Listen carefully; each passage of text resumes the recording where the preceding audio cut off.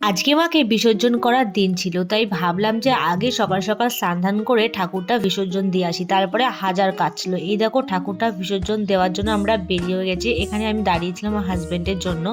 তারপরে আমরা চলে গেলাম একটু ঠাকুরটা নদীতে। তো ওখানে গিয়েই ঠাকুরটাকে বিসর্জন দিয়ে তারপরে যাব একটু মার্কেটে। এই দেখো ঠাকুর নিয়ে সত্যি কথা বলতে ঠাকুরটা বিসর্জন দিতে একদমই মন চাইছিল না, কিন্তু কি করব, দিতে তো হবে। ভাবছিলাম পরের বছরই দিয়ে দিই, কিন্তু সবাই একটু বারণও করলো। তারপরে আমি ভাবলাম যে থাক, পরের বছর আমি রেখে দিব ঠাকুরকে, এই বছর মাকে আমি বিসর্জন দিয়েই দিই। খুব কষ্ট লাগছিল, সত্যি কথা বলতে আমি একটু কেঁদেও দিয়েছিলাম। তো তারপরে গেলাম মার্কেটে, আর প্রচণ্ড পরিমাণে সকাল থেকে না খেয়েছিলাম বলে খিদা পেয়ে গেছিলো। তো এখানে ডালপুরি নিয়ে নিয়েছিলাম, নিয়ে গেছিলাম সোজা মার্কেটে।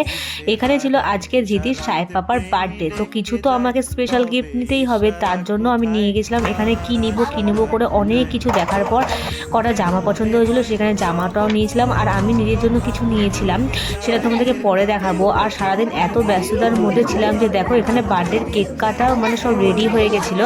আর এখানে কেক কাটাও অলমোস্ট, তার মাঝখানে আমি তাড়াতাড়ি করে এসে ঢুকে পড়েছি। আর এত পরিমাণে ভিড় ছিল, ভিডিও করতে পারছিলাম না। আর তারপরে খাওয়া দাওয়া মজা করে নিয়েছিলাম, করে টোরে এই যে বাড়ি চলে এসেছি। আর এত টায়ার্ড ছিলাম আর ভিডিও করতে পারিনি। তো ব্লগটা ভালো লাগলে অবশ্যই একটা like, comment, follow and tata, bye bye guys, ভালো থেকো।